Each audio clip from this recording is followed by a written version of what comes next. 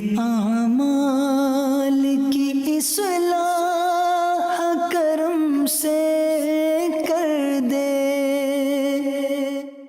الحمدللہ رب العالمین والصلاة والسلام علی سید المرسلین، اما بعد فاعوذ باللہ من الشیطان الرجیم، بسم اللہ الرحمن الرحیم۔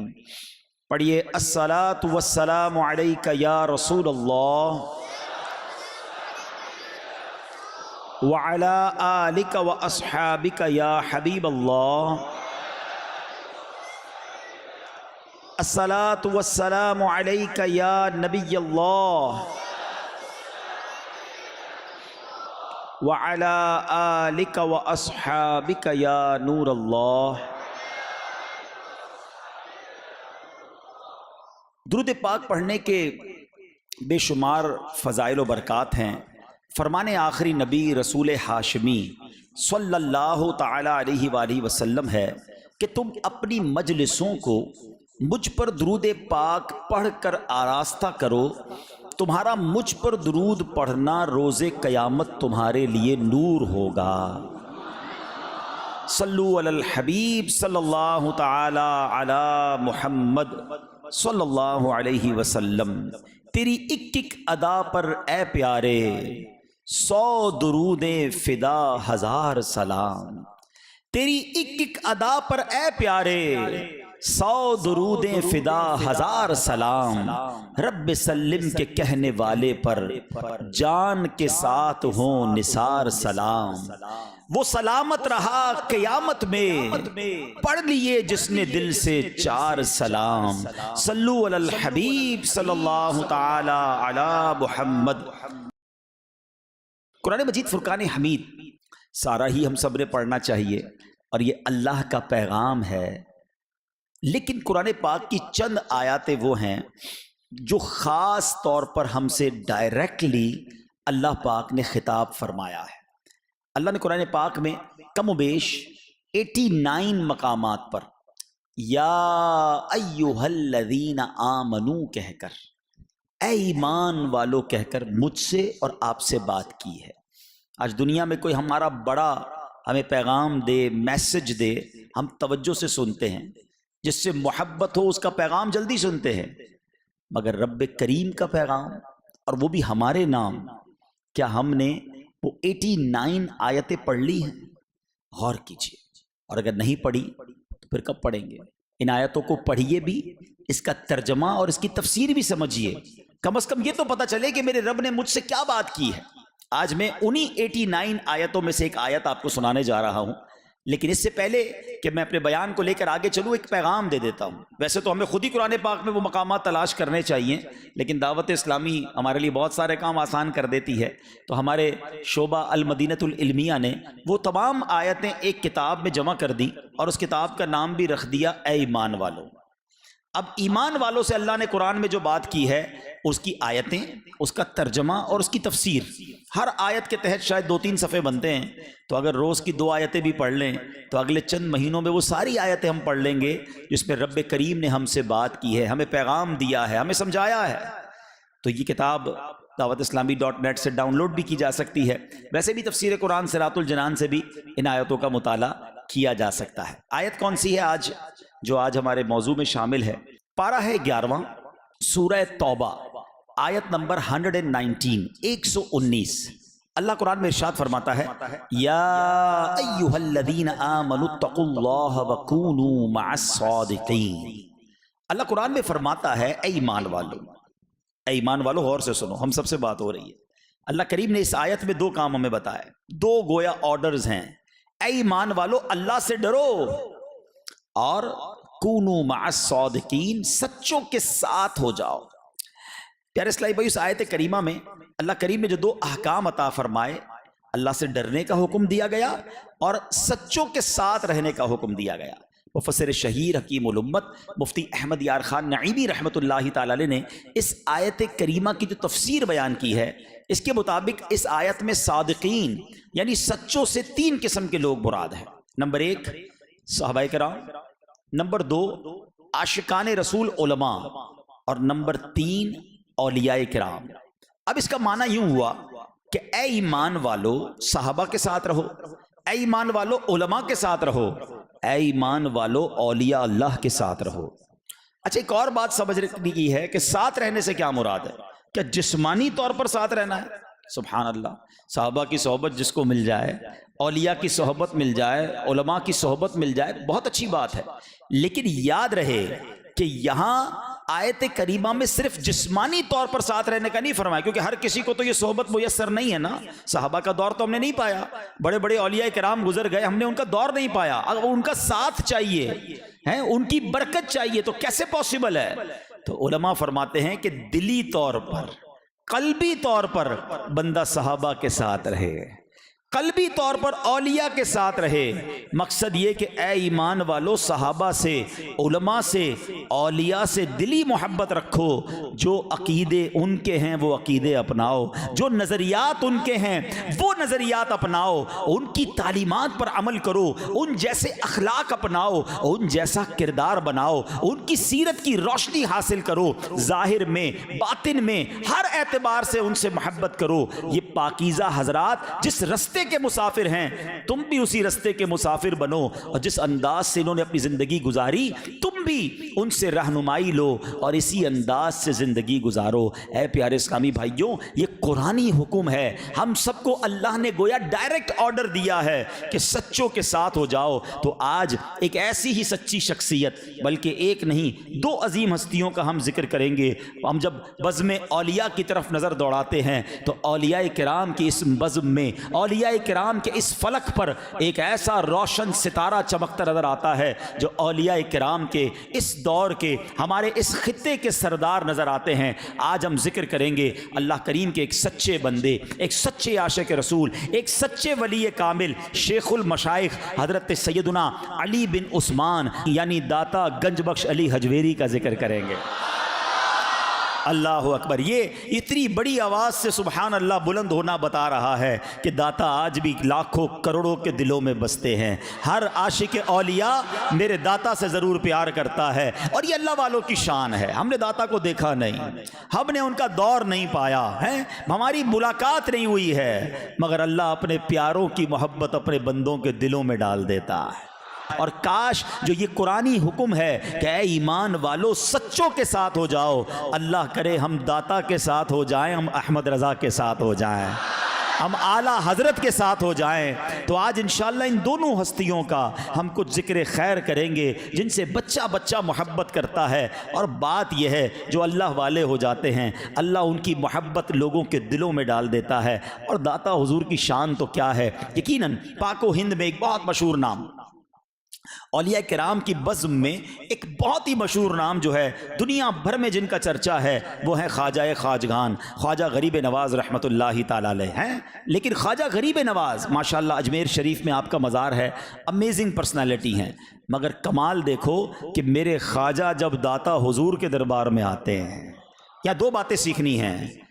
اللہ کا ایک ولی کے دربار میں آ رہا ہے، اے مزارات پر جانے والوں یہ اولیاء کا طریقہ ہے، مزارات پر حاضری دینا یہ خواجہ کا طریقہ ہے۔ اچھا خواجہ غریب نواز آتے ہیں، حاضری دے کر جاتے نہیں، کئی دن کا چلہ کرتے ہیں، اور جب جاتے ہیں تو کیا کہتے ہیں نا ولی کو پہچانتا ہے، بڑے لوگوں کو پہچانتے ہیں۔ جب کچھ دن گزارے، فیض حاصل کیا، برکتیں لوٹی، سنو میرے داتا کے بارے میں خواجہ غریب نواز کیا کہتے ہیں گنج بخش فیض عالم مظہر نور خدا، گنج بخش فیض عالم مظہر نور خدا، ناقصارا پیر کامل کاملا را رہنما، گنج بخش فیض عالم مظہر نور خدا، گنج بخش فیض عالم مظہر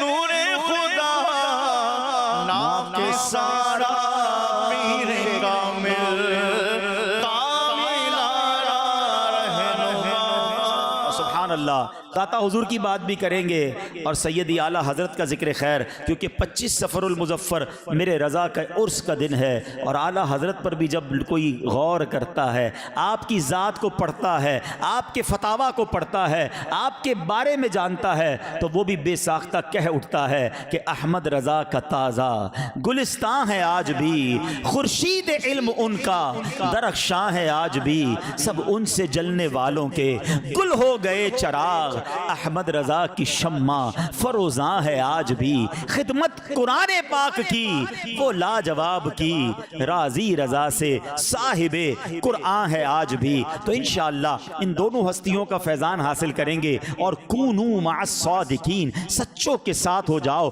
اللہ والوں کے ساتھ ہو جاؤ۔ ہم ان کے بارے میں جان کر، کچھ ان کے نقش قدم پر چلنے کی نیت کر کے، اپنی زندگی میں ان کی باتیں سن کر امپلیمنٹیشن، اپنی زندگی میں کچھ فرق لانے کی کوشش کر کے ان سچوں کا فیضان حاصل کرنے کی آئیے کوشش کرتے ہیں۔ کچھ بات پہلے داتا حضور کی ہو جائے۔ داتا حضور رحمت اللہ تعالی علیہ کم و بیش 400 ہجری کو دنیا میں تشریف لائے، ٹھیک ہے؟ اب ذرا سمجھیے گا داتا حضور کتنی پرانی ہستی ہیں، کتنے 100 سال آپ کو بیت چکے ہیں۔ اس وقت تقریباً 1441 42 43 سن ہجری ہے نا، 1440 سے اوپر ہم پہنچ گئے، تو یعنی 1040 سال پہلے، 10 صدیاں پہلے داتا حضور اس دنیا میں تشریف لائے۔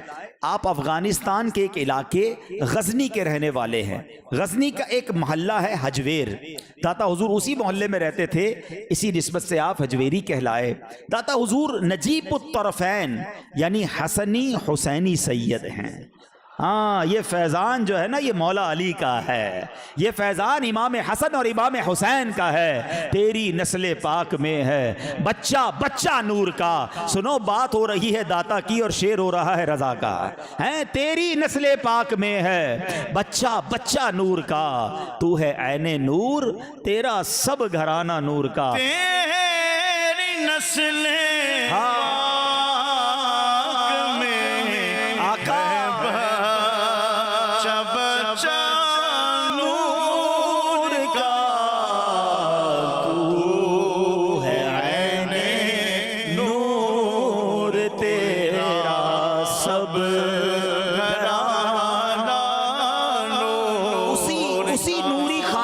چشم و چراغ ہے میرے داتا حضور۔ آپ ابتدائی سے بڑے نیک پارسا عبادت کرنے والے اور علم دین کا بہت شوق رکھنے والے تھے۔ داتا حضور نے علم دین سیکھنے کے لیے عراق، شام، لبنان، آذربائیجان، خراسان، ترکستان وغیرہ کئی ممالک کا سفر فرمایا۔ اس وقت کے بڑے بڑے علماء اور صوفیاء کرام سے علم دین سیکھا۔ ذرا یہاں رکتا ہوں، داتا سے محبت تو بڑی ہے، مزار داتا صاحب کے مزار پر جانے کا شوق بھی ہے، جانا چاہیے، لیکن کچھ سیکھے بھی تو صحیح نا۔ آپ علم دین سیکھنے کے لیے کتنے ملکوں کا سفر کیا؟ یہ ہوائی جہاز کا سفر نہیں تھا، ٹرین کا سفر نہیں تھا، بسیں نہیں تھیں۔ 1000 ایئرز پہلے، 1000 سال پہلے یہ گھوڑوں پر سفر تھا، یہ اونٹوں پر سفر تھا، یہ مہینوں کا سفر تھا، یہ مشکل سفر تھا، مگر یہ علم دین کا سفر تھا۔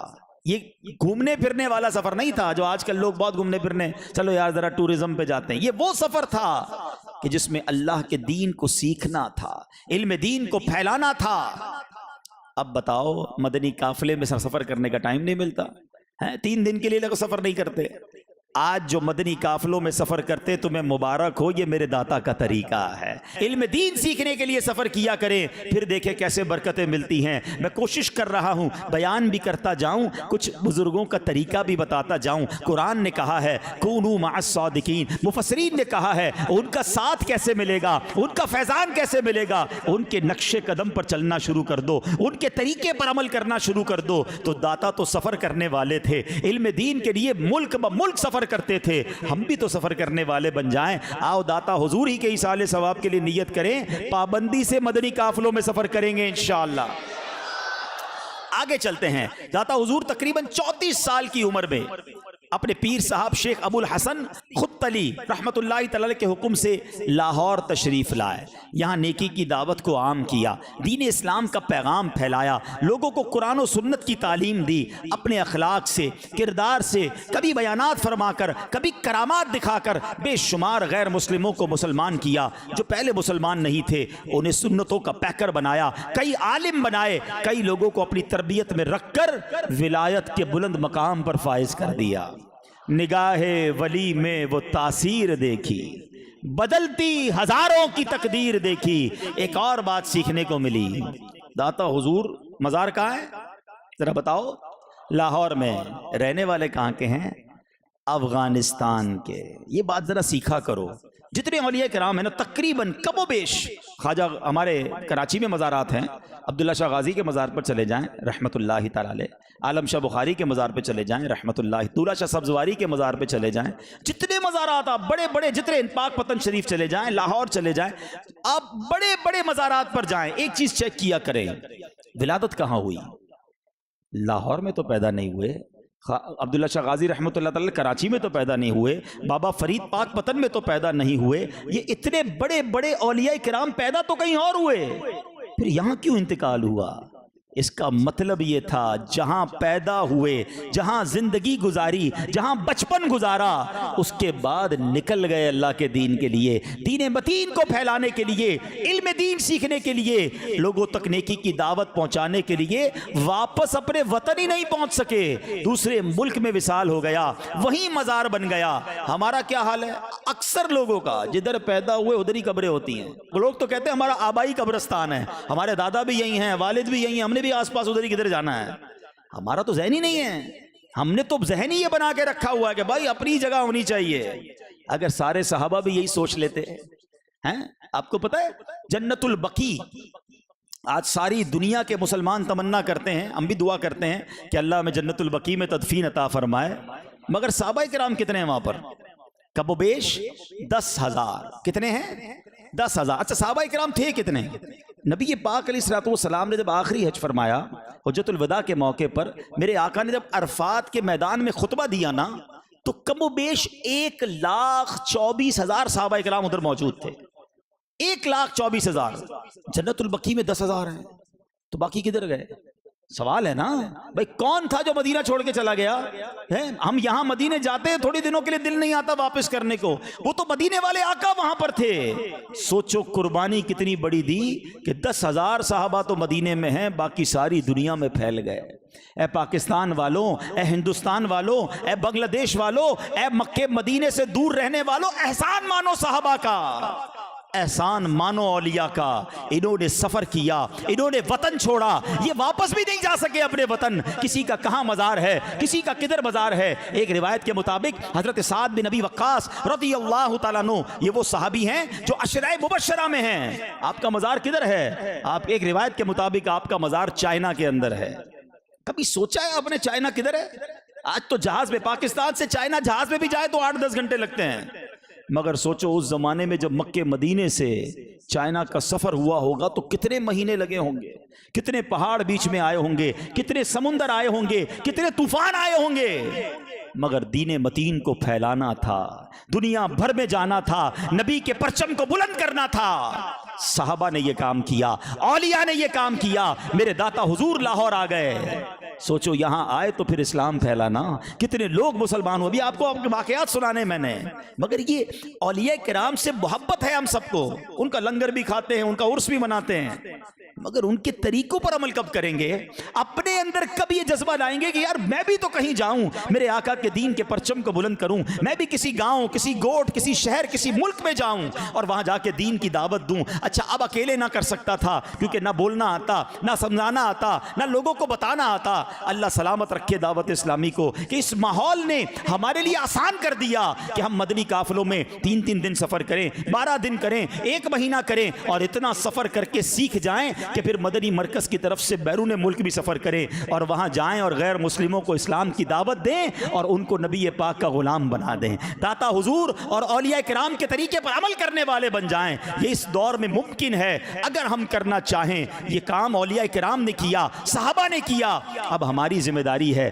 کہ ہم آقا کے دین کو دنیا کے کونے کونے تک پہنچائیں۔ تو بہرحال داتا حضور کے بارے میں آتا ہے صرف 30 سال کے عرصے میں، کم و بیش 30 ایئرز کے عرصے میں آپ نے بر صغیر میں انقلاب برپا کر دیا۔ پختہ قول کے مطابق 465 ہجری کو آپ نے اس دنیا سے پردہ فرمایا۔ تقریباً 65 سال کی عمر میں آپ دنیا سے تشریف لے گئے۔ آپ کا مزار مبارک لاہور میں موجود ہے اور آپ ہی کی نسبت سے لاہور کو مرکز الاولیاء اور داتا نگر بھی کہا جاتا ہے۔ لیکن آپ جب لاہور میں آئے تھے نا تو ایسا نہیں تھا کہ لوگوں نے استقبال کیا، گجرے پہنائے، کارپیٹ بچھائے، حضرت آئیے بڑے اللہ کے ولی آ گئے۔ نہیں جناب، اللہ والوں نے دین بڑی مشکلوں سے پھیلایا ہے۔ سنو، داتا حضور کا بھی طریقہ تھا کہ جب آپ کو کوئی مشکل آتی تھی نا تو آپ مزارات اولیاء پر حاضری دیتے تھے۔ آپ کے بارے میں آتا ہے کہ خود فرماتے ہیں کہ جب مجھے کوئی مشکل آتی میں حضرت بایزید بستامی رحمت اللہ تعالی علیہ کے مزار پر چلا جاتا اور وہاں اللہ سے دعا کرتا، ان کی برکت سے میری مشکل آسان ہو جاتی۔ تو اب کیا ہوا، ایک بار کا واقعہ ہے کہ داتا حضور فرماتے ایک مشکل آئی، میں چلا گیا بایزید بستامی رحمت اللہ تعالی علیہ کے مزار پر، دعا مانگی۔ قدرت کو کچھ اور ہی منظور تھا، کبھی کبھی آزمایا بھی جاتا ہے نا۔ ہاں، ہم سمجھتے جو مانگو وہ مل جائے، اللہ ہم سے ہمارے لیے بہتری فیصلہ فرمانے والا ہے نا۔ اللہ پر بھروسہ تو کریں۔ داتا حضور کہتے ہیں میرا مسئلہ حل نہیں ہوا، ٹھیک ہے، 3 مہینے تک مزار مبارک پر رہے مگر وہ پرابلم سالو نہیں ہوئی۔ آپ خراسان تشریف لے گئے۔ خراسان میں ایک گاؤں تھا، وہاں پہنچے، رات گزارنے کے لیے ایک خانقاہ میں تشریف لے گئے۔ وہاں کے لوگ بڑے بے ادب قسم کے لوگ تھے، انہوں نے داتا حضور کے ساتھ بڑا توہین آمیز، بڑا سخت نازیبا رویہ اپنایا۔ خود لذیذ کھانے کھائے اور ان کو سوکھی اور پھپوندی لگی ہوئی خراب روٹی دی، معاذ اللہ تانے بھی دیے، جلی کٹی سنائی۔ کس کو؟ داتا علی اجویری رحمت اللہ تعالی علیہ کو۔ مگر حضور فرماتے ہیں کہ میں صبر کرتا رہا۔ آپ تھے ہی حسن اخلاق والے، لڑائی جھگڑے والے نہیں تھے، اینٹ کا جواب پتھر سے دینے والے نہیں تھے۔ اللہ والے ایسے نہیں ہوتے۔ ہاں، یہ ہم جیسے لوگ ہوتے ہیں کہ جو جناب حلیہ تو بڑا نیک ہوتا ہے، ہاں سر پہ بعض اوقات امامہ بھی ہوتا ہے، چہرے پہ داڑھی بھی ہوتی ہے، لوگ بھی حاجی صاحب نمازی صاحب سمجھ رہے ہوتے ہیں، مگر یہ حاجی نمازی کو جب کبھی کوئی بات بری لگ جائے، جب اس کی موٹر سائیکل کو کوئی ٹکر لگا دے یا اس کو تھوڑا سا کوئی دھکا لگا دے یا جناب بارش میں کوئی گاڑی تیز نکلے اور اس کے کپڑوں پہ کیچڑ اچھال کے چلی جائے یا مزاج کے خلاف گھر میں کوئی بات ہو جائے، گھر میں کھانا پسند کا نہ ملے، تو یہی مبلغ، یہی حاجی، یہی نمازی، یہی جناب معزز آدمی اب جب اس کی زبان سے انگارے نکلتے ہیں تو بندہ حیران ہو جاتا ہے کہ یہ وہی ہے جو لوگوں کو درس دیتا ہے، جس کے حسن اخلاق کے چرچے ہیں۔ خدا را سنو، اللہ والے صبر والے ہوتے ہیں۔ تو اب سنو، داتا حضور کو جب برا بھلا بھی کہا گیا، جلی کٹی سنائی گئی، روٹی کھانا بھی صحیح نہیں دیا گیا، آپ کہتے ہیں میں نے کوئی جواب نہیں دیا، صبر کرتا رہا۔ 3 مہینے سے جو میری مشکل رکی ہوئی تھی، اللہ نے صبر کی برکت سے وہ حل فرما دی، وہ کام بن گیا۔ کیوں؟ اللہ ہی نے قرآن میں فرمایا نا، ان اللہ مع الصابرین، اللہ صبر کرنے والوں کے ساتھ، صابروں کے ساتھ ہے۔ ہم صبر ہی تو نہیں کرتے، محبت کرتے ہیں اولیاء سے، ہاں نام لیں تو دھوم جاتے ہیں، ان کی منقبت بھی پڑھتے ہیں، ان کا عرس بھی مناتے ہیں، مگر یہ نہیں سیکھتے کہ ان کی زندگی کیسی تھی، وہ صبر والے تھے۔ اور یقین کریں، میں آپ سے پوچھتا ہوں، ہمارے ساتھ کوئی مشکل، کوئی پریشانی، کوئی ڈیفیکلٹی آتی ہے، ہم واویلا کرتے ہیں، بے صبری کرتے ہیں، بعض اوقات لڑائی جھگڑا کر جاتے ہیں، مسئلہ تو حل نہیں ہوگا نا۔ آپ کو اگر تکلیف ہے اور آپ بے صبری کر رہے ہیں تو کسی کو سنانے سے، جلانے سے، بتانے سے مصیبت تو حل نہیں ہوگی۔ لیکن اگر آپ صبر کر لیں گے تو صبر کرنے والوں کے ساتھ کون ہے؟ اللہ، اور جس کے ساتھ اللہ ہو جائے اس کی مشکل مشکل رہے گی، اللہ کی رحمت جس کے ساتھ ہو جائے اس کی پریشانی تو دور ہی ہونی ہے۔ مگر ہم عجیب لوگ ہیں کہ اللہ کا ساتھ چھوڑ کر دنیا والوں کے ساتھ بے صبری کر رہے ہوتے ہیں۔ اللہ داتا حضور کے صدقے مجھے اور آپ کو صبر والا بنا دے، شکر کی دولت عطا فرمائے۔ داتا حضور کا ایک اور شاندار کرامت۔ اچھا، اب میں نے کہا نا کہ جب آپ آئے تو ایسا نہیں تھا کہ لاہور میں آپ کے لیے ویلکم کیا گیا. آج تو پورا لاہور سجتا ہے. آج تو لاہور کا بچہ بچہ میرے داتا کے گن گاتا ہے. اہل لاہور میرے داتا حضور سے والہانہ پیار کرتے ہیں. آج بھی میں نے جانتا ہوں کہ کئی دکاندار ایسے ہیں کہ جب اپنی دکان کی طرف جاتے ہیں تو پہلے چابی جو ہے وہ داتا حضور کے قدموں میں رکھتے ہیں, پھر جا کے دکان کھولتے ہیں, برکت لینے کی کوشش کرتے ہیں. اور یہ اولیاء کرام کے محبت کرنے والوں کو بات سمجھ آئے گی. کچھ لوگ ہو سکتا ہے اس میں بھی آبجیکشن نکالنا شروع کر دیں. ہم نے یہ کب کہا ہے کہ داتا حضور جو دیتے ہیں خود دیتے ہیں؟ ہم یہ ماننے والے ہیں کہ کوئی ولی, کوئی صحابی, کوئی نبی اپنی طرف سے کچھ نہیں دے سکتا. وہ اللہ کا محتاج ہے. رب عطا فرماتا ہے, وہ پھر بندوں کو دیتے ہیں, تو پھر تو کوئی پرابلم ہی نہیں ہے. تو بہرحال داتا حضور اللہ کے قریبی بندوں میں سے ہیں. اللہ کا قرب انہوں نے پایا ہے, اللہ نے انہیں عطا فرمایا ہے. اللہ کی عطا سے وہ لوگوں کی مدد فرماتے ہیں. تو بہرحال داتا حضور کے بارے میں ایک اور واقعہ آپ کے بارے میں آتا ہے کہ جب آپ لاہور آئے اور تبلیغ دین شروع کی تو لوگ نمازی بننے لگے, مسلمان ہونے لگے, اور جناب مسجد آباد ہونا شروع ہو گئیں, علم دین کی محفلیں سجنے لگ گئیں. تو اب لاہور کا جو اس وقت کا حاکم تھا نا, وہ غیر مسلم تھا. اس کو تو بڑا برا لگا کہ یہ کون آ گیا, آتے ہی مسلمان بڑھنے لگ گئے, اور جو مسلمان علم سے دور تھے, دین سے دور تھے, وہ دین کے قریب آنے لگ گئے. تو اس نے سپاہیوں کو حکم دیا کہ جلد جاؤ اور اس درویش کو, تبلیغی سلسلے کو ختم کرو, اس کی دینی کاموں کو, اور اس کو لاہور سے بے دخل کر دو, لاہور سے نکال دو. تو حاکم کا حکم سن کر سپاہیوں کا ایک دستہ داتا حضور کے بارگاہ میں آیا اور کہا کہ رات کا وقت تھا, داتا حضور اپنے خیمے میں موجود تھے, اللہ کے ذکر میں مصروف تھے. سپاہیوں نے داتا حضور کو حاکم لاہور کا حکم سناتے ہوئے کہا کہ آپ فوراً یہاں سے چلے جائیں, آئندہ کبھی یہاں نظر نہ آئیں. داتا حضور نے بڑی نرمی سے کہا تو میں تو اللہ پاک کے بندوں کو اللہ کا پیغام پہنچانے آیا ہوں تاکہ ان کی آخرت سنور جائے. سپاہیوں نے گرج کر کہا ہم یہ سب نہیں جانتے, حاکم لاہور کا حکم ہے, بس آپ کو یہاں سے جانا ہی ہوگا. اب داتا حضور نے جذبہ ایمانی سے سرشار ہو کر ایک جملہ کہا. آپ نے فرمایا میں یہاں اللہ پاک کے حکم سے آیا ہوں اور اللہ ہی میرا مددگار ہے. اب جب سپاہیوں نے یہ سنا غصے سے لال پیلے ہو گئے. انہوں نے کیا کیا کہ آپ کے خیمے کو آگ لگانے کی کوشش کی. خیمہ ہی جلا دیتے ہیں تو یہ چلے جائیں گے. بڑی کوشش کی مگر خیمے کو آگ نہ لگا سکے. کوشش کرتے رہے, آگ نہ لگتی تھی. سمجھ گئے کہ یہ کوئی بزرگ ہستی ہیں. واپس آئے, حاکم کو کہا ہم نے تو بڑا سمجھایا, درویش مانتا نہیں. خیمے کو آگ لگانے کی کوشش کی, آگ لگتی نہیں. حاکم لاہور جو تھا وہ غیر مسلم تھا. اس نے جناب اپنے سپاہیوں کو بڑا ڈانٹا کہ تم سے اتنا چھوٹا سا کام نہیں ہوا, ایک شخص کو تم اس کے خیمے سے باہر نہیں نکال سکے. اور اس نے کہا کہ کسی صورت میں جا کر بھی ان کو خیمے سے نکالو. ابھی یہ باتیں ہو رہی تھیں کہ آواز آئی کہ محل کے اندر آگ لگ گئی ہے. اس حاکم کے محل میں آگ لگ گئی, ہر طرف شور برپا ہو گیا, سپاہی دوڑنے لگے. آگ ایسی کہ بجھنے کا نام نہیں لیتی تھی. اب اس حاکم کو تسلی, اس حاکم کو سمجھ آئی کہ لگتا ایسا ہے میں اس درویش کے خیمے کو جلانے کے لیے تھا, میں نے اپنے سپاہی ان کے خیمے جلانے کو بھیجے تھے, آگ تو میرے محل میں لگ گئی ہے. بڑی کوشش کی لیکن محل سے آگ جو ہے وہ بجھتی نہیں تھی. اب یہ جو حاکم لاہور ہے یہ داتا حضور کے قدموں میں جلدی سے گیا, عاجزی کے ساتھ معافی مانگی. داتا حضور نے کہا جا میں نے معاف کیا. آپ نے ادھر کہا میں نے معاف کیا, ادھر محل میں آگ بجھ گئی. چاہیں تو اشاروں سے اپنے کایا ہی پلٹ دیں دنیا کی. یہ اللہ والوں کی شان ہے. ارے دنیا میں کوئی منسٹر کے قریب ہو جائے, منسٹر اپنے کچھ اختیار دے دیتا ہے. کوئی وزیر کے قریب ہو جائے, وزیر اسے کہتا ہے چھوٹے موٹے کام تم کر دیا کرو. دنیا میں جو باپ کا فرما بردار بیٹا ہو, باپ بیٹے کو دکان کی چابی دیتا ہے, بیٹا اب کاروبار خود کر لیا کرو, بار بار مجھ سے چیک سائن کرانے مت آیا کرو, سائن تم خود کر دیا کرو. ارے دنیا میں لوگ اپنے اختیار اپنے پیاروں کو دیتے ہیں بلا تمثیل. جب رب کا کوئی پیارا ہوتا ہے تو رب اسے بہت سارے اختیارات سے نوازتا ہے. نہ جانے یہ بات کیوں سمجھ نہیں آتی کہ چاہیں تو اشاروں سے اپنے کایا ہی پلٹ دیں دنیا کی. یہ شان ہے ان کے غلاموں کی. سرکار کا عالم کیا ہوگا, میرے آقا کی شان کا عالم کیا ہوگا.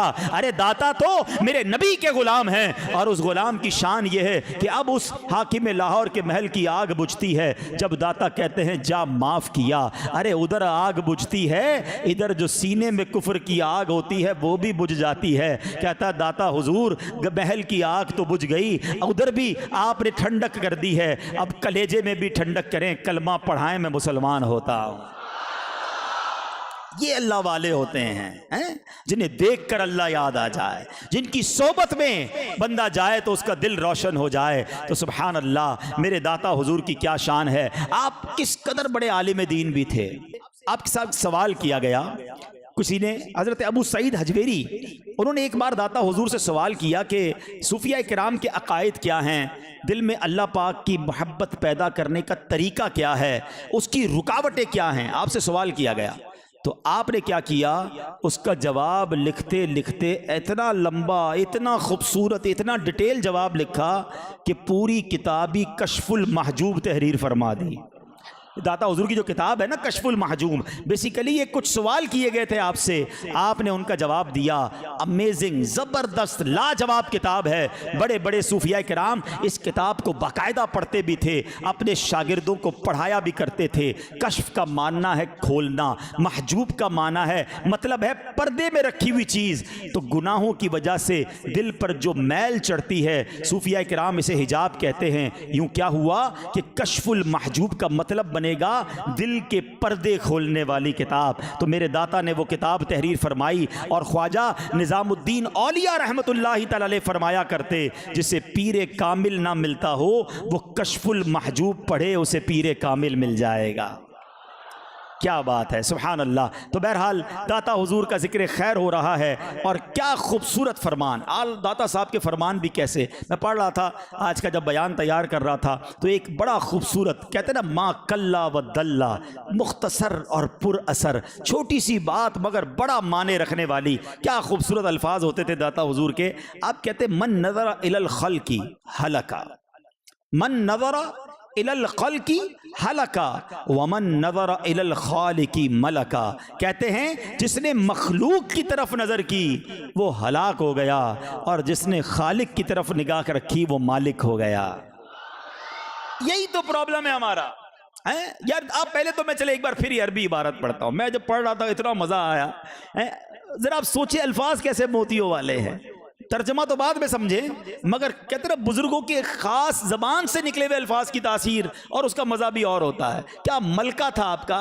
فرماتے ہیں من نظر الی الخلق ہلکا ومن نظر الی الخالق ملکا. کہتے ہیں جس نے مخلوق کی طرف نظر کی وہ ہلاک ہو گیا, جس نے خالق کی طرف نظر کی وہ مالک ہو گیا. یعنی سبحان اللہ, یعنی آج ہوتا یہی ہے نا, بندے راضی ہو جائیں, دوست راضی ہو جائیں, گھر والے راضی ہو جائیں, یار اس کی وجہ سے کر رہا ہوں, بس کیا کروں, خاندان والوں کے لیے کر رہا ہوں. نظر کدھر ہے, مخلوق پر. بندہ ہلاک ہو جاتا ہے. اور جو نظر خالق پر رکھتا ہے اللہ اسے ایسا عطا فرماتا ہے کہ مخلوق بھی اس کی غلام ہوتی ہے, مخلوق بھی اس سے محبت کرتی ہے, اور وہ علوم و فضل کا مالک بن جاتا ہے. داتا حضور کی مثال ہمارے سامنے ہے, اور ایسی بہت ساری مثالیں ہیں. خود خواجہ غریب نواز, آپ ہندوستان گئے تو آپ کا بھی استقبال نہیں ہوا تھا. پرتھوی راج چوہان والے تنگ کرتے تھے, کبھی اونٹ اٹھواتے, کبھی آپ کو بیٹھنے نہیں دیتے تھے, مگر میرے خواجہ دین کی خدمت کرتے رہے. من نظر الی الخالق, وہ اللہ پر نظر تھی. کیا ہوا, ملک, مالک کیسے بنے. اللہ نے 90 لاکھ غیر مسلموں کو خواجہ کے ہاتھ پر مسلمان کر دیا. دنیا کا کون سا کونا ہے جہاں داتا کے چاہنے والے نہیں, خواجہ کے چاہنے والے نہیں. خالق پر نظر تھی, مخلوق پر نہیں. آج ہمیں یہ سیکھنا ہے کہ ہماری نظر کس پر ہے, ہمارا مطمع نظر کیا ہے, ہمارا ٹارگٹ کیا ہونا چاہیے. اور سبحان اللہ, میرے اللہ کا ہم پر احسان کہ ہمیں ایسے نبی کا امتی بنا دیا کہ اگر ہم ان کی اطاعت کر لیں, ان کو راضی کر لیں تو رب بھی راضی ہو جاتا ہے. اللہ کے حبیب راضی ہو جائیں, اللہ راضی ہو جاتا ہے. اللہ کریم نے قرآن میں ہمیں راستہ بتا دیا کہ اے میرے بندو, مجھ سے محبت کرنا چاہتے ہو تو میرے محبوب کی اتباع کر لو. میرے محبوب کی اتباع کرو گے اللہ تمہیں اپنا محبوب بنا لے گا. تو اے میرے پیارے اسلامی بھائیوں, ہمیں اللہ اور اس کے رسول کی اطاعت کرنی ہے. اور یہی بات بریلی کے تاجدار, امام عشق و محبت, مجدد دین و ملت, پروانہ شمع رسالت, میرے آقا اعلیٰ حضرت ہمیں سمجھاتے ہیں. کیا خوبصورت بات سمجھاتے ہیں. بخدا خدا کا یہی ہے در, ہیں اعلیٰ حضرت کہتے ہیں ادھر ادھر مت جانا. ہاں اگر اللہ کے نبی کا دامن تھام لوگے اللہ کا راستہ مل جائے گا, اللہ کریم راضی ہو جائے گا. بخدا خدا کا یہی ہے در, نہیں اور کوئی مفر مکر. جو وہاں سے ہو یہیں آ کے ہو, جو یہاں نہیں وہ وہاں نہیں. ارے آقا راضی نہیں ہے, تم ساری زندگی اللہ اللہ کرتے رہو, رب بھی راضی نہ ہوگا. اور محبوب کریم جس سے راضی ہو جائیں گے اس سے رب بھی راضی ہو جائے گا. تو اے میرے پیارے اسلامی بھائیوں, یہی پیغام داتا کا ہے کہ اللہ اور اس کے رسول کی اطاعت پر نظر رکھو, ان کی رضا والے کام کرنے ہیں. اور یہی پیغام ہمیں سیدی اعلیٰ حضرت بھی عطا فرماتے ہیں. اعلیٰ حضرت کا ذکر خیر بھی کریں, ایمان تازہ ہو جاتا ہے. کس قدر سرشار ہیں آپ پیارے آقا کے عشق میں, اللہ کی اطاعت میں, عشق رسول کی ایک ایسی مثال ہے میرے رضا کہ آج ان کا ذکر کریں تو سر ادب سے جھک جاتا ہے. کس واقعے کی بات کی جائے, لیکن یہاں جو بات ہو رہی ہے من نظر الی الخلق, جو اللہ کی مخلوق کی طرف نظر کرتا ہے وہ ہلاک ہو جاتا ہے, جو خالق کی طرف نظر کرتا ہے وہ مالک یعنی کامیاب ہو جاتا ہے. سنو میرے رضا کی نظر بھی کہاں تھی, آپ کی نظر بھی کیسی اللہ اور اس کے حبیب علیہ الصلوۃ والسلام کی رضا کے لیے ہے. ایک بار کا واقعہ ہے, اعلیٰ حضرت جو ہیں ان کی جو بریلی شریف میں آپ رہتے تھے نا, تو آپ کی بریلی شریف کے قریب ہی ایک ریاست تھی اور اس ریاست کا نام ہے نان پارا. ٹھیک ہے, اچھا نان پارا ریاست کا ایک نواب تھا. اس زمانے میں بڑے بڑے نواب ہوتے تھے, تو لوگ اس نواب کی شان میں قصیدے لکھتے تھے. تو آپ کے پاس لوگ آئے اور کہا کہ حضور آپ بڑا شاندار قلم ہے آپ کا, بڑی کمال کی شاعری ہے, آپ بھی کوئی قصیدہ لکھ دیں. جو اچھا قصیدہ لکھتا ہے اس کو وہ انعام بھی دیتا ہے, آپ کو بھی بڑا انعام مل جائے گا. اعلیٰ حضرت نے قلم اٹھایا. ہو سکتا ہے اس زمانے کے لوگوں نے سوچا ہو کہ آج تو سب سے اچھا قصیدہ آئے گا اور ون آف دا بیسٹ بھی ہوگا اور بڑا زبردست انعام بھی ملے گا. واقعی قصیدہ تو ون آف دا بیسٹ ہی لکھا آپ نے, قصیدہ تو کمال کا ہی لکھا, مگر دنیا کے کسی نواب کی شان میں نہیں, اپنے آقا کی شان میں لکھا. ہاں اپنے آقا کی محبت میں لکھا.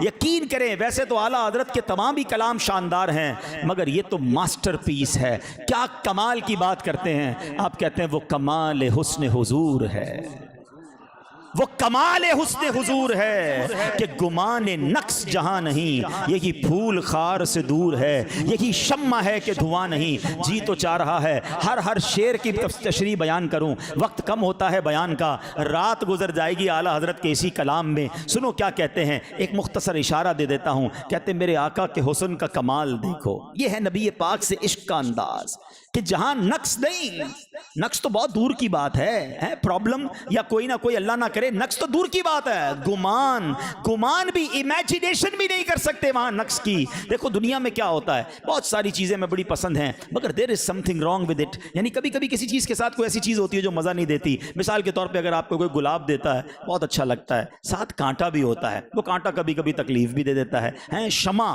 کینڈل بہت اچھی لگتی ہے, جب بھی آپ گھر میں جلائیں ایک خوبصورت ماحول بنا دیتی ہے, مگر اس میں ایک پرابلم کیا ہے, اس میں دھواں نکلتا ہے, یہ دھواں مزہ نہیں دیتا. اعلیٰ حضرت کہتے ہیں میرے آقا وہ کمال کی نعمت ہیں, پھول ضرور ہیں مگر کانٹا نہیں ہے, شمع ضرور ہے مگر دھواں نہیں ہے. وہ کمال حسن حضور ہے کہ گمان نقص جہاں نہیں, یہی پھول خار سے دور ہے, یہی شمع ہے کہ دھواں نہیں. سنو میرے آقا جب تشریف لائے, بڑے بڑے عرب کے فصحا تھے, انٹلیکچوئلز تھے, ان کو اپنی زبان پر بڑا ناز تھا, مگر رب کریم نے اپنے حبیب کو وہ زبان عطا فرمائی, وہ کلام عطا فرمایا. کسی کالج, کسی یونیورسٹی, کسی مدرسے, کسی استاد کے پاس میرے آقا نہیں گئے, مگر جب گفتگو فرماتے تھے تو بڑے بڑے عرب کے لوگ حیران ہو جاتے کہ یہ الفاظ کہاں سے آئے, یہ باتیں کدھر سے آئیں. چلے ایک بات اور عشق والی سمجھا دیتا ہوں, آپ کو اندازہ ہو جائے گا کہ عرب کے لوگوں کو اپنی زبان پر ناز کتنا تھا, بلکہ آج بھی ہے.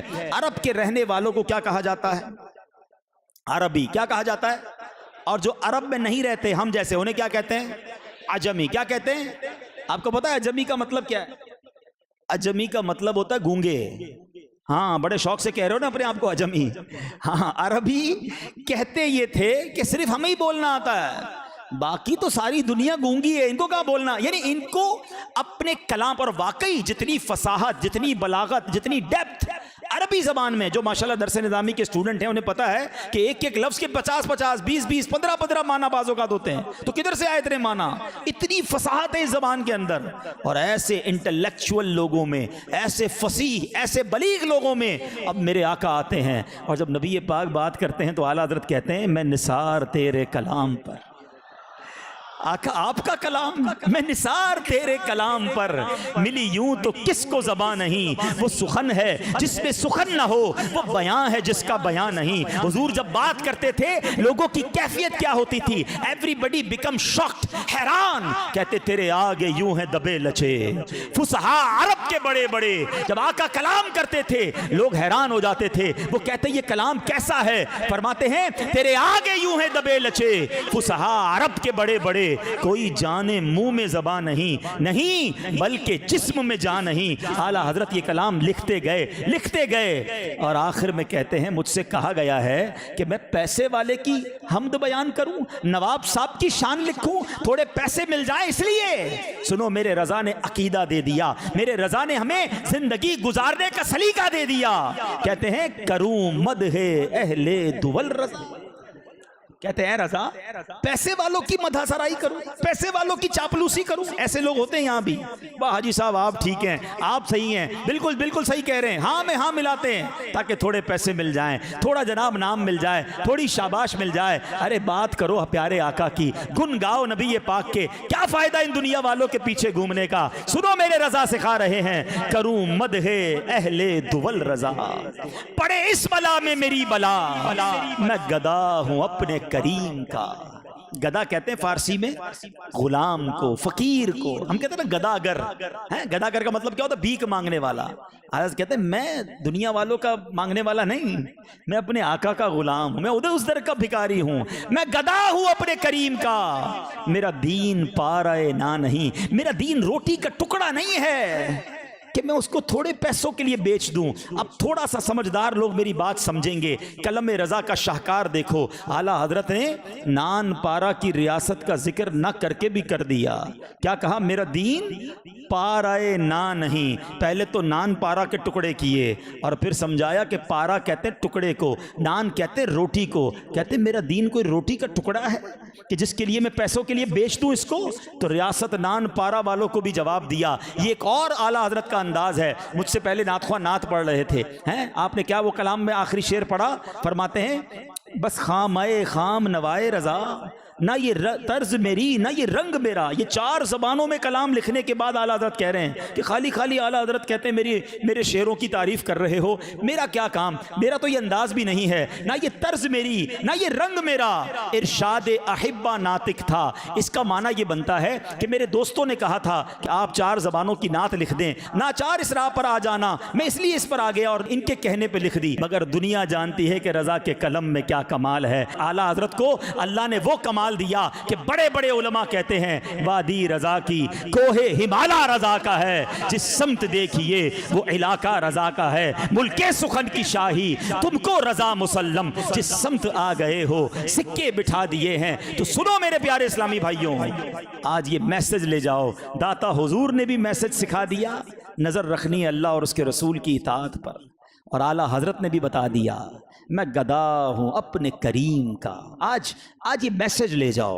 ان 2 بزرگ ہستیوں کا ذکر ہوا ہے کہ جب بھی زندگی کے کسی موڑ پر فیصلہ کرنا مشکل ہو جائے نا، یار پیسے بڑے مل رہے ہیں مگر ہیں حرام کے، تھوڑا جھوٹ بولنا پڑے گا، تھوڑا سا فورجری کرنی پڑے گی، کوئی نہ کوئی رشوت اور جناب غلط کام کر کے پیسے بڑے اچھے مل جائیں گے. تو پھر میرے رضا کا یہ شعر اپنے دل میں دہرا لینا کہ میں گدا ہوں اپنے کریم کا. میرا دین پارائے نا نہیں ہے، روٹی کے ٹکڑے کے لیے، تھوڑے پیسوں کے لیے دین بیچ دوں.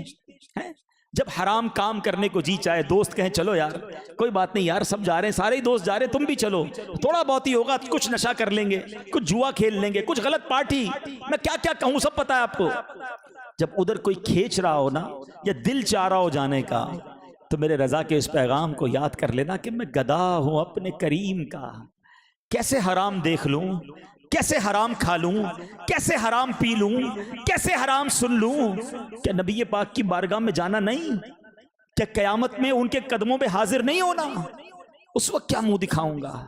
نہیں پیارے اسلامی بھائی، اللہ کرے کہ ہر برے کام کرنے سے پہلے جب برائی کی طرف شیطان کھینچے، دل سے یہ صدا آ جائے کہ میں گدا ہوں اپنے قریب کا، میرا دین پارائے نہ نہیں۔ تب عشق رسول کا امتحان ہے نا۔ نعرہ لگاتے ہیں غلامی رسول میں موت بھی قبول ہے۔ ارے جس کو موت قبول ہے اس کو نماز قبول کیوں نہیں ہے؟ اس کو حلال روزی قبول کیوں نہیں ہے؟ اس کو سنتوں والا لباس اور سنتوں والا چہرہ قبول کیوں نہیں ہے؟ اس کے گھر میں حرام ناچ گانے ہو رہے ہیں، وہ اس کو چھوڑتا کیوں نہیں ہے اور کہتا ہے میں غلامی رسول میں موت بھی قبول ہے؟ خود سوچے، یہ دعویٰ جھوٹا تو نہیں کہیں؟ صرف زبانی تو نہیں؟ تم سے تو تھوڑی باتیں نہیں چھوڑی جاتی، موت کا جان کہاں سے دو گے؟ خدا را سیکھو اعلیٰ حضرت سے، سیکھو داتا حضور سے۔ اللہ اور اس کے رسول کی رضا کے سامنے پھر کچھ اور نہیں ہوتا تھا ان کے پاس، سب سے پہلے وہی ہے۔ اور اچھا بعض اوقات انسان شیطان ہے نا، وسوسہ ڈالتا ہے، یار یہ والی لائن پر آگے نا تو نقصان ہو جائے گا، کاروبار کم ہو جائے گا، زندگی میں مزہ ختم ہو جائے گا، ارے یار پھر وہ والا جو انجوائمنٹ ہے وہ ختم ہو جائے گا، ترقی رک جائے گی، میں مذہبی حلیہ اپنا لوں گا، اگر نمازی بن جاؤں گا تو دنیا میں ترقی رک جائے گی۔ یہ بے وقوفی ہے۔ دنیا کا مالک بھی رب ہے، رحمان دنیا والآخرہ۔ تم رب کو راضی کر لو، وہ تمہاری دنیا بھی اچھی کر دے گا، تمہاری آخرت بھی اچھی کر دے گا۔ جس سے رب راضی نا اس سے سب راضی۔ ہمارا پرابلم یہ ہے ہم سب راضی کرنے کے چکر میں رب کو ناراض کر دیتے ہیں۔ تم تھوڑا سرکل الٹا کر لو، اپنی ڈائمنشن سیٹ کر لو، اپنا قبلہ درست کر لو، مجھے سب کو نہیں، مجھے رب کو، اور رب کے لیے اس کے حبیب کو راضی کرنا ہے۔ اللہ اور اس کے رسول راضی ہو گئے، میری دنیا میں بھی خیر ہو جانی ہے، آخرت میں بھی خیر ہو جانی ہے۔ اور یہی میرے رضا فلسفہ بیان کرتے ہیں۔ اعلیٰ حضرت کہتے ہیں انہیں جانا، انہیں مانا، بس nobody else۔ ایک ہی ٹارگٹ اعلیٰ حضرت دے رہے ہیں، انہیں جانا، انہیں مانا، نہ رکھا غیر سے کام، للہ الحمد میں دنیا سے مسلمان گیا۔ خیر ہی خیر ہے، ہاں یقین کرو، دنیا میں بھی مزے کرو گے، آخرت میں بھی چین سے رہو گے۔ اگر اللہ کے حبیب راضی ہیں، رب راضی ہے، تو آج میرے پیارے اسلامی بھائیوں دو عظیم ہستیوں کا ذکر ہو رہا ہے، تو ان کا فیضان حاصل کیجئے، تبدیلی لائیے اپنی زندگی کے اندر، اور اپنی زندگی کا مقصد بنا لیجئے کہ اللہ کو راضی کرنا ہے، اللہ کے حبیب کو راضی کرنا ہے، ان کی ناراضی والے کاموں سے بچنا ہے۔ اور جب رب کی اطاعت ہو جاتی ہے نا، میں کہہ رہا تھا نا، اللہ جس سے راضی ہو جائے اس کا سب ٹھیک ہو جاتا ہے۔ آخری واقعہ سن لو اور ایمان تازہ ہو جائے گا۔ سیدنا سلمان فارسی رضی اللہ تعالیٰ عنہ بڑے مشہور صحابی ہیں۔ ایک روز آپ کہیں جا رہے تھے، آپ کے ساتھ ایک مہمان بھی تھا، راستے میں ایک جگہ جنگل سے گزرے تو وہاں ہرن بھی تھے، پرندے بھی تھے۔ سیدنا سلمان فارسی نے سوچا کہ مہمان ساتھ ہے، مہمان نوازی کی جائے، تو آپ نے کوئی تلوار یا تیر نہیں اٹھایا ہرن کو مارنے کے لیے، پرندے کو پکڑنے کے لیے۔ سوچیں صحابی رسول کا کمال، اللہ پر توکل، بھروسہ دیکھیں۔ آپ نے ہرن اور پرندوں کو پکار کر فرمایا، اے ہرنیوں، اے پرندوں، تم میں سے ایک پرندہ اور ایک ہرن میرے پاس آ جائے، میں نے مہمان نوازی کرنی ہے۔ ایک پرندہ اور ایک ہرن آ جاؤ، کیونکہ مجھے اپنے مہمان کی مہمان نوازی کرنی ہے۔ قربان جائیے، صحابی رسول کی زبان سے یہ نکلنا تھا، ایک موٹا تازہ ہرن اور پرندہ گردن جھکائے آ گیا۔ یہ منظر دیکھ کر وہ شخص بڑا حیران ہوا، تعجب سے کہتا ہے کہ سبحان اللہ۔ حضرت سلمان فارسی کہتے تمہیں حیرانی ہو رہی ہے؟ کیا تم نے کوئی ایسا بندہ دیکھا ہے؟ جملہ سنیے گا، کیا تم نے کوئی ایسا بندہ دیکھا ہے جو اپنے رب کی اطاعت کرتا ہو مگر یہ چیزیں جو انسان کی خدمت کے لیے بنی ہیں وہ اس کی اطاعت نہ کریں؟ یعنی جو اللہ کی اطاعت کرتا ہے پھر مخلوق اس کی اطاعت کرتی ہے، مگر پرابلم یہ ہے کہ ہم مخلوق ہی کے چکر میں اور مخلوق کو راضی کرنے کے چکر میں چلے گئے۔ اپنے بیان کو ختم کرتے ہوئے پھر داتا حضور کا وہ فرمان دہراتا ہوں، کاش یہ یاد ہو جائے، کاش یہ دل پر نقش ہو جائے، زندگی کے ہر موقع پر یاد آ جائے۔ کمال کا جملہ ہے اور کیا خوبصورت بات داتا حضور فرماتے ہیں، من نظر الی الخلق، جو کسی مخلوق کی طرف نظر کرتا ہے تو پھر ہوتا کیا ہے؟ آپ نے فرمایا کہ پھر وہ ہلاک ہو جاتا ہے۔ ومن نظر الی الخالق ملکا، جب وہ خالق کی طرف نظر کرتا ہے تو پھر وہ مالک ہو جاتا ہے، یعنی وہ پھر کامیاب ہو جاتا ہے۔ اللہ کرے کہ یہ ٹارگٹ ہمارے ذہن میں ہو کہ اللہ اور اس کے رسول کو ہم نے راضی کرنا ہے۔ آج کے اس پرفتن دور میں داتا حضور سے محبت اور اعلیٰ حضرت سے محبت، اولیاء سے محبت اور صحابہ اور اہل بیت سے محبت، جن کا ذکر ہم نے قرآن میں سنا، کونوا مع الصادقین، سچوں کے ساتھ اگر ہونا ہے تو ان سچوں کے قریب کرنے کا کردار بہت بڑے پیمانے پر دعوت اسلامی کر رہی ہے۔ آپ بھی اس ماحول سے وابستہ ہو جائیں تو انشاءاللہ فیضان اولیاء بھی نصیب ہوگا، فیضان صحابہ اور اہل بیت، فیضان انبیاء اور فیضان مصطفیٰ صلی اللہ تعالیٰ علیہ وسلم نصیب ہوگا۔ دعوت اسلامی کے اجتماعات میں شرکت، مدنی قافلوں میں سفر اپنا معمول بنائیے۔ اللہ کریم ہم سب کو دعوت اسلامی کے مدنی ماحول پر استقامت نصیب فرمائے، اجتماع میں آتے رہنے کی، مدنی قافلوں میں سفر کرتے رہنے کی توفیق عطا فرمائے۔ صلو علی الحبیب صلی اللہ تعالی علی محمد صلی اللہ علیہ وسلم۔ میرے اعمال کی اصلاح کرم سے